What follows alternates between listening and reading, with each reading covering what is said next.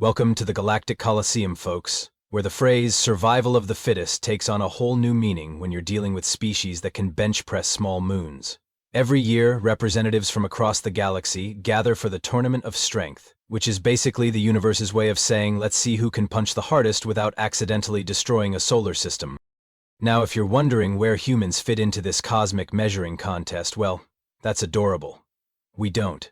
We're basically the galactic equivalent of those tiny dogs that think they're wolves, except instead of barking at mailmen, we're getting our lunch money stolen by 8-foot-tall lizard people.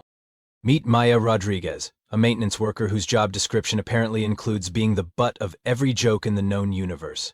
She's 5'6", weighs about as much as a Gorvox breakfast, and has been mopping floors in the Coliseum for 3 years. 3 years of listening to aliens discuss human fragility like it's a fascinating medical condition. The Gorvox, by the way, are what happens when evolution decides that subtlety is overrated. Picture a rhinoceros that went to the gym, got really into protein shakes, and then decided to walk upright. Their champion, Krex Thunderfist, hasn't just won the last 12 tournaments. He's won them so decisively that the betting pools have started taking wagers on how many seconds his opponents will remain conscious. Krex stands 9 feet tall, weighs roughly the same as a small spacecraft, and has never met a problem he couldn't solve by hitting it really, really hard. His training regimen involves punching through titanium walls for cardio and using hovercars as dumbbells. The guy's so strong that when he flexes, nearby planets feel a slight gravitational pull. Maya, meanwhile, gets excited when she successfully opens a particularly stubborn jar of pickles. The tournament draws spectators from every corner of the galaxy. The Zentorians come with their crystalline bodies that can deflect laser fire. The Morlocks arrive in their exosuits that amplify their already considerable strength. The Vectar float in, because walking is apparently beneath beings made of pure energy. And then there's the human delegation, which consists of Maya and a few other maintenance workers who drew the short straw. They're not competitors. They're not even really spectators. They're more like galactic comic relief. "Hey, human!" called out a Zentorian yesterday, his voice like breaking glass. "Make sure you clean under the benches. We don't want any of your kind's weakness rubbing off on the fighting pit." Maya had smiled, nodded, and quietly planned 17 different ways to introduce that particular alien to the business end of her industrial-grade floor buffer. But she'd kept mopping, because rent doesn't pay itself, and job opportunities for humans in the galactic community are about as common as Gorvac poetry readings. The worst part isn't the condescension, it's the casual dismissal. To these aliens, humans aren't even worth proper insults. We're just there, like furniture that occasionally makes noise. And speaking of furniture, that's exactly what Maya became during yesterday's pre-tournament festivities. Picture this. She's trying to clean the VIP section when a group of Blextar diplomats decide they need somewhere to rest their feet. Now, Blextar are basically what you'd get if you crossed a walrus with a businessman and gave the result a superiority complex. Odd. Perfect. One of them wheezed, lifting his flipper-like appendage. "Human, hold still." Before Maya could object, she found herself being used as a literal footstool. 300 pounds of blubbery alien diplomat resting his feet on her back while she knelt on the floor, still clutching her mop like some kind of demented Cinderella. The crowd thought this was absolutely hilarious. The Zentorians were literally sparkling with amusement. The Morlocks were slapping their mechanical knees. Even the Vectar were pulsing with what could only be described as cosmic chuckles. "Look at that," laughed another Blextar. "Finally found something humans are good at, furniture that doesn't require assembly." "I heard they break easily, though," added a Morlock's observer, his voice crackling through his suit's speakers. "Something about their bone density being lower than most civilized species." "Oh, that's nothing," chimed in a Zentorian. "I read that human females are even more fragile than the males. Apparently they have these monthly cycles that make them completely unstable." Maya's grip tightened on her mop handle. She'd heard variations of this conversation roughly 1,000 times, but something about being used as furniture while listening to a dissertation on human inadequacy was hitting differently today. "The real question," continued the Morlocks, "is why they even bother coming to these tournaments. It's not like they could compete. A human trying to fight in the Tournament of Strength would be like a soap bubble challenging a hurricane." That's when Maya snapped. She stood up so fast that the Blexar diplomat tumbled backward, his flippers flailing as he tried to regain his balance. The sudden movement sent him crashing into a refreshment table, covering himself in what appeared to be fermented algae smoothies. "You know what?" Maya said, her voice carrying across the suddenly quiet VIP section. I challenge Krex Thunderfist to single combat in the Tournament of Strength. The silence that followed was so complete you could have heard a pin drop in the vacuum of space. Then slowly, the laughter began. First a chuckle from the Zentorian, then a wheeze from the algae-covered Blackstar. Soon the entire VIP section was erupting in the kind of laughter usually reserved for really good dad jokes or watching someone slip on a banana peel. Did the human just... The Morlocks managed between mechanical guffaws. Did it just challenge Krex Thunderfist? Oh, this is precious, gasped the Zentorian, his crystalline body practically vibrating with mirth. Someone call the medical bay, we're going to need a very tiny body bag. Word of Maya's challenge spread through the galaxy faster than a rumor at a high school reunion. Within hours, the Galactic Sports Network was running it as their lead story under the headline Human Seeks Creative Form of Suicide. The betting odds opened at 50,000 to 1 against Maya, and those were considered generous by most bookmakers. Maya's training routine became the galaxy's favorite comedy show. Every morning she'd arrive at the Colosseum's practice area and do what could charitably be called preparing for battle. To alien observers, it looked like she was having some kind of breakdown. She'd start with something she called shadowboxing, which involved punching the air with the intensity of someone swatting invisible flies. Then came the cardio, where she'd run laps around the practice ring while aliens placed bets on how many minutes she'd last before collapsing. "Look at it go," wheezed a Blackstar spectator. "It's like watching a hatchling practice flying, adorable and doomed." But Maya had one unlikely ally in this cosmic comedy of errors. Professor Grimlock Blimkins was an elderly Zentarian scientist who'd spent his career studying what he called biological anomalies. To most aliens, humans were just another entry in the galactic encyclopedia under species unremarkable. To Blimkins, they were fascinating. "You know," he told Maya during one of her training sessions, his crystalline voice crackling with age, "I've been studying your species for decades. There's something peculiar about human physiology that doesn't quite add up." "Yeah," Maya panted, taking a break from her push-ups. "We're weak, fragile, and apparently make excellent furniture." "Oh, that's where you're wrong," Blimkins said, his faceted head tilting with curiosity. "You're not weak. You're efficient. Your bone density, your muscle fiber composition, your cardiovascular system. It's all optimized for something very specific." What Professor Blimkins didn't know, and what Maya hadn't exactly advertised in her maintenance worker resume, was that she'd spent 8 years as a professional mixed martial arts fighter back on Earth. She'd won 43 fights before a knee injury ended her career and led her to the glamorous world of interstellar janitorial services. The injury had healed, mostly. The skills, however, had never left. "The fascinating thing about humans," Blimkins continued, completely oblivious to Maya's background, "is your adaptability. Most species evolve for specific environments. You lot seem to have evolved for surviving anything. It's quite remarkable, really." Maya smiled and said nothing. Let the professor think he was discovering something new about human biology. Let the betting pools assume she was just another delusional maintenance worker with a death wish. The truth was, Maya had been watching Gorvok fighting techniques for 3 years. She'd seen Krex's matches, studied his movement patterns, identified his tells. She knew that Gorvoks were incredibly strong but relatively slow. They were built for overwhelming force, not tactical thinking. More importantly, she'd noticed something that apparently escaped the galaxy's greatest sports analysts.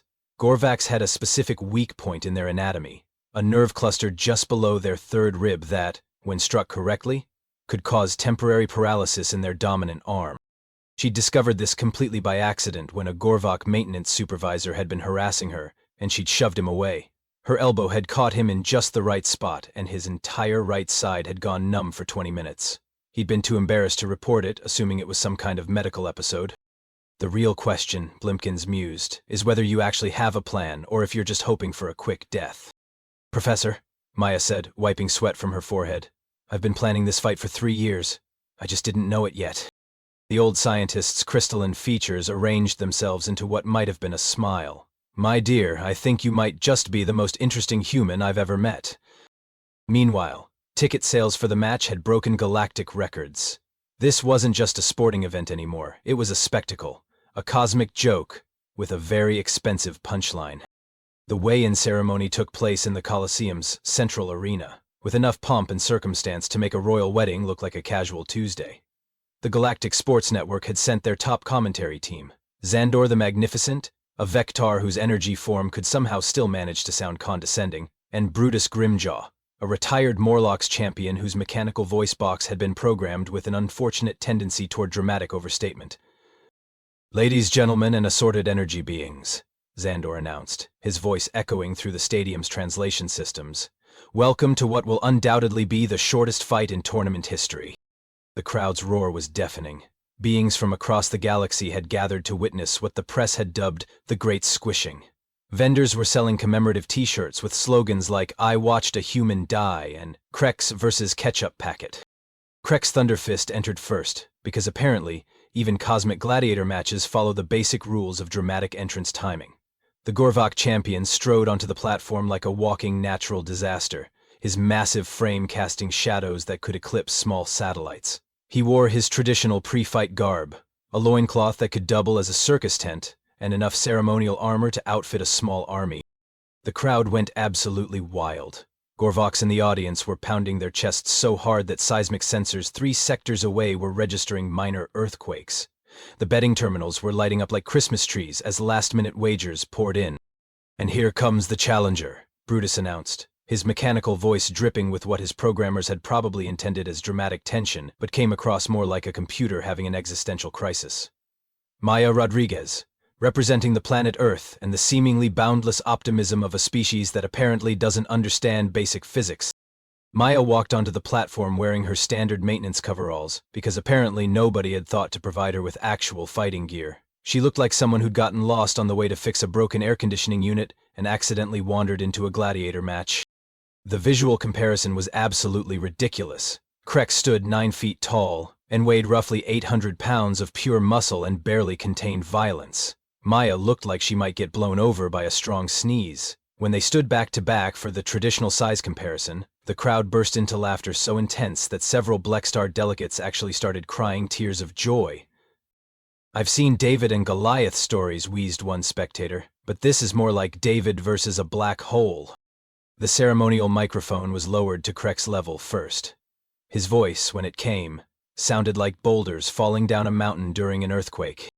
"I will make this quick," he rumbled, his words causing minor vibrations in the platform. "The human female will not suffer long. I am merciful champion." The crowd ate it up.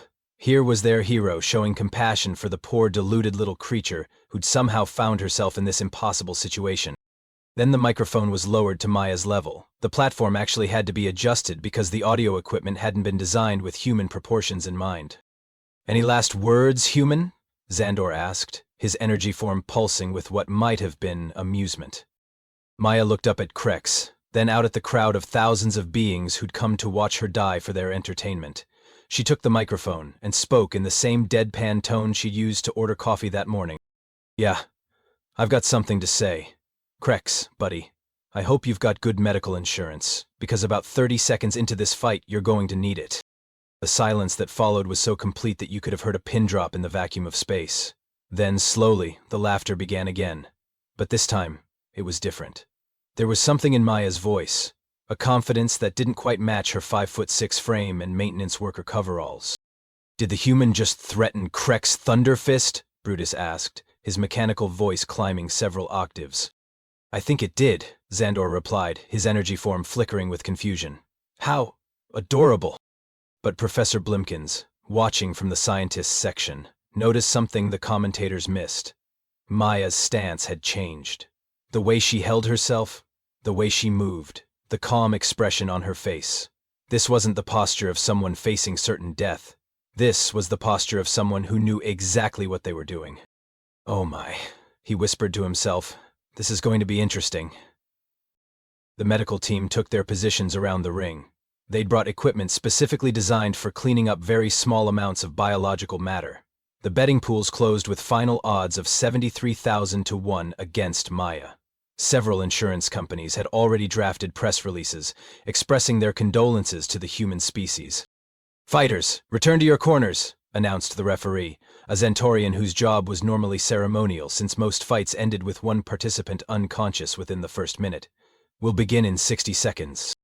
Maya walked to her corner with the same casual gait she used when heading to the break room. Krex lumbered to his corner, cracking his knuckles with sounds like snapping tree branches. The countdown began. 60 seconds until the galaxy's most anticipated execution disguised as a sporting event. 59 seconds until Maya Rodriguez reminded the universe why humans had earned their place among the stars, even if that place was usually behind a mop and bucket. The opening bell rang with the deep, resonant tone of a funeral dirge, which was probably intentional, given what everyone expected to happen next. Kreck's Thunderfist charged forward like a runaway freight train made of muscle and bad intentions, his massive fists already swinging in wide arcs designed to end the fight before Maya could even blink. For the first 10 seconds, it looked like the galaxy's expectations were about to be fulfilled in spectacular fashion. Maya appeared to be doing nothing more than running for her life, weaving and dodging with the frantic energy of someone who'd suddenly realized they'd made a terrible mistake. "And there she goes," Xandor announced, his energy form practically vibrating with excitement. "The human is employing the classic strategy of prolonged terror before inevitable death." Krex's first swing missed Maya's head by inches, the displaced air from his massive fist actually ruffling her hair. His second swing shattered the reinforced platform where she'd been standing a split second earlier. The crowd was going absolutely wild, cheering for what they assumed would be the shortest fight in tournament history. "I'm not sure if this is fighting or just very athletic dying," Brutus commented, his mechanical voice somehow managing to sound both excited and concerned. But Professor Blimkins, watching from his elevated position, noticed something the commentators were missing. Maya wasn't just running randomly. Her movements were calculated, precise. She was studying Kreck's attack patterns, timing his swings, measuring the distance of his reach. "Come here, little human," Krex rumbled, his voice carrying easily over the crowd's roar. "I make it quick for you." Maya ducked under another devastating swing and, for the first time since the fight began, spoke back. "You know what your problem is, Krex," she called out, still moving in seemingly random patterns. "You're broadcasting your punches like a dinner theater actor." The crowd's cheering faltered slightly. There was something different about Maya's voice now. The panic was gone, replaced by something that sounded almost like analysis. Krex, apparently deciding that enough was enough, planted his feet and wound up for what looked like a finishing blow. His massive right fist came down in a devastating overhead strike that would have reduced Maya to component atoms if it had connected. It didn't connect. Maya stepped inside Krex's reach at the last possible second, moving with a fluidity that seemed to defy physics. Instead of trying to block or deflect the massive fist, she simply wasn't there when it arrived. But she was somewhere else. Specifically, she was positioned right next to Krex's exposed ribs. "Here's something they don't teach you about humans," Maya said conversationally, and then drove her elbow into the exact spot she'd been mentally marking for 3 years. The effect was immediate and dramatic. Krex's entire right side went numb, his dominant arm dropping to his side like a dead weight. The massive Gorvak staggered, his eyes wide with shock and confusion. "What did you do?" he gasped, trying to lift his right arm and failing completely. "Nerve cluster disruption," Maya replied, already moving to avoid his left-hand swing. "Third intercostal space, posterior to the mid-axillary line. Basic anatomy, really." The crowd's cheering had died to complete silence. This wasn't in the script. Champions weren't supposed to suddenly lose the use of their dominant arm 30 seconds into a fight. "Did the human just disable Kreck's Thunderfist's primary weapon?"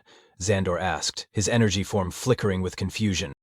"I think it did," Brutus replied, his mechanical voice climbing several octaves. "How is that possible?" Maya circled Krex like a predator sizing up wounded prey. The massive Gorvok was still dangerous, but his effectiveness had been cut in half. More importantly, his confidence was shattered. "You want to know the real difference between humans and Gorvoks?" Maya asked, easily dodging another clumsy left-hand swing. "You guys are built for power. We're built for problem-solving." She demonstrated this by grabbing Krex's left wrist as he threw a punch, using his own momentum to spin him around and drive her knee into the back of his left leg. The massive champion stumbled, his balance compromised. "Your species evolved on a high-gravity world," Maya continued, her voice taking on the tone of a lecture. "Great for building muscle mass, terrible for developing agility. You're strong, but you're predictable." Krex roared in frustration and tried to grab Maya in a bear hug, but she slipped away like smoke. As he lunged forward off balance, she grabbed his left ankle and simply pulled. Physics did the rest.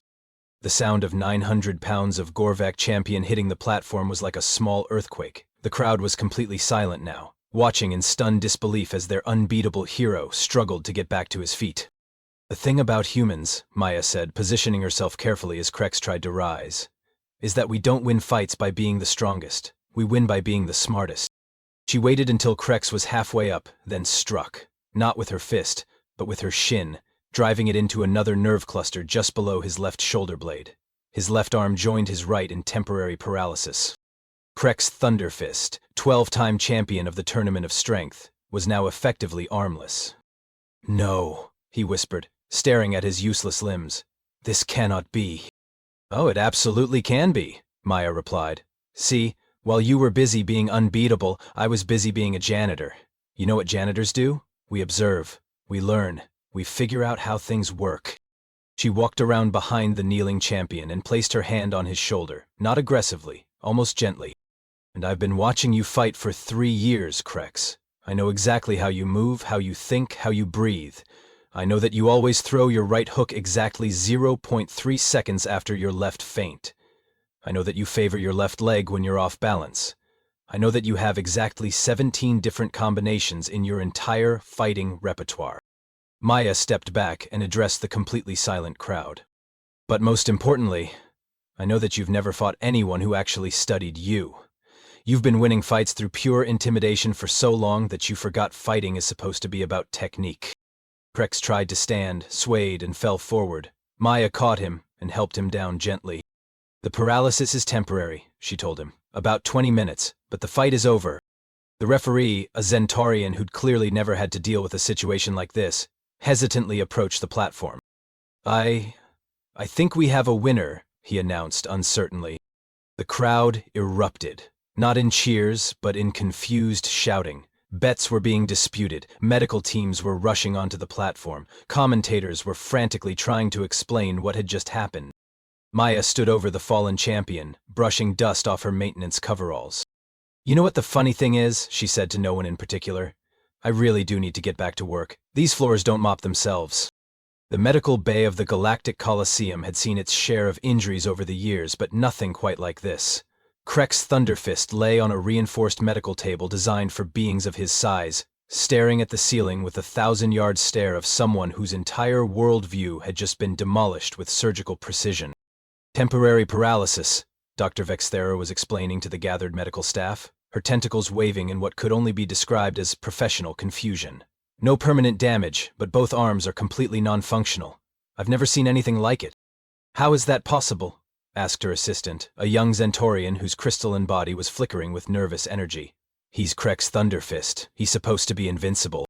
Dr. Vexara consulted her medical scanner again, as if hoping the readings would somehow make more sense the 15th time. According to these scans, the human struck 2 very specific nerve clusters with mathematical precision. The pressure applied was exactly the amount needed to cause temporary paralysis without permanent damage. She paused, her tentacles curling in what her species considered deep thought.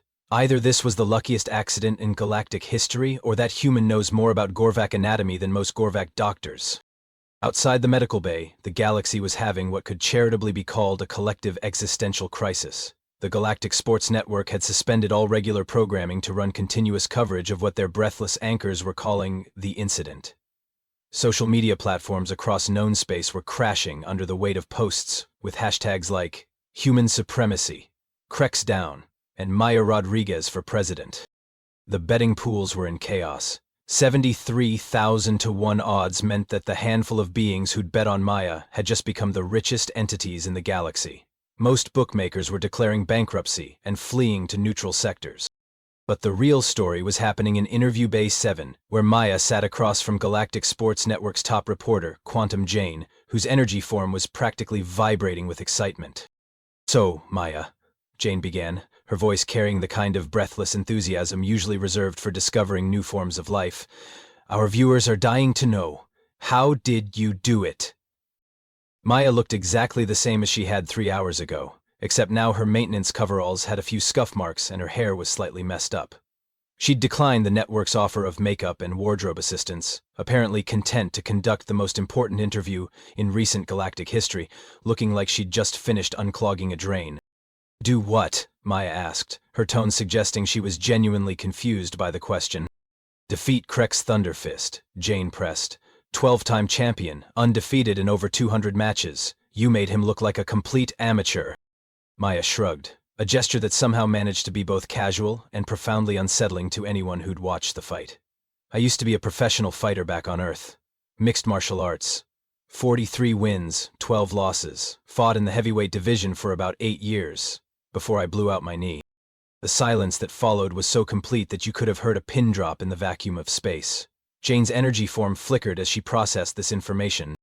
You were a professional fighter? She asked weakly. Yeah, pretty good one too.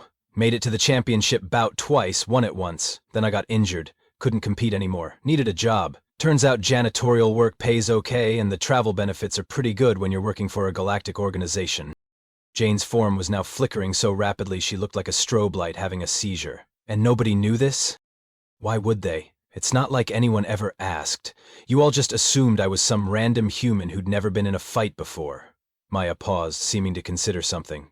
Which, now that I think about it, is kind of insulting. I mean, did you really think someone would challenge a 9-foot-tall murder machine without having some kind of plan? The interview was being broadcast live across the galaxy. In sports bars, an alien equivalent of living rooms, beings who'd spent years casually dismissing human capabilities were suddenly very quiet. But how did you know about the nerve clusters? Jane managed to ask. Basic anatomy. I've been working around Gorvox for 3 years. You pick things up. Plus, I may have done some research. Maya's expression took on what could only be described as professional pride.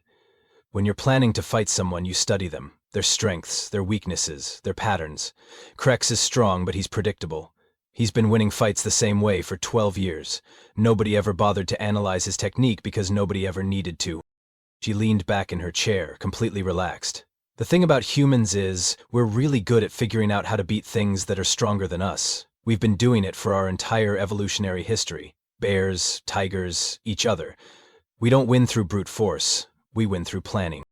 Meanwhile, across the galaxy, the ramifications were spreading like wildfire. The Gorvac High Council was demanding a full investigation. The Tournament Commission was reviewing safety protocols. Several alien species were quietly reassessing their military strategies regarding human colonies. But perhaps the most telling reaction came from the Zentorian Trade Federation, whose representative was caught on a hot mic saying, maybe we should stop using humans as furniture and start asking them for advice on problem solving. Back in the interview, Jane was struggling to process the complete reversal of galactic assumptions about human capabilities. So what's next for you? She asked. Surely you'll be competing in future tournaments, book deals, endorsement contracts? Maya checked her watch, a simple digital device that looked primitive compared to the advanced chronometers used by most galactic citizens. Actually, I need to get back to work. The bathrooms in Section C don't clean themselves, and there's a big mess in the VIP area where some Blackstar diplomat fell into the refreshment table. She stood up, smoothing down her coveralls. But Maya, Jane called out, you just changed everything. You've proven that humans are capable of so much more than anyone realized. Don't you want to capitalize on that? Maya paused at the door and turned back with a slight smile. I never wanted to prove anything about humans, she said. I just wanted them to stop using me as a footstool. Mission accomplished. She walked out, leaving Jane staring after her in complete bewilderment. 3 hours later, Maya was back at work, mopping the same floors she'd been cleaning for 3 years. The only difference was that now, whenever aliens saw her coming, they got out of her way. Some even nodded respectfully. The betting odds for next year's Tournament of Strength had been posted that morning. Maya Rodriguez was listed at 2-to-1 odds to win the whole thing, making her the tournament favorite. She'd politely declined to enter. After all, she had floors to mop.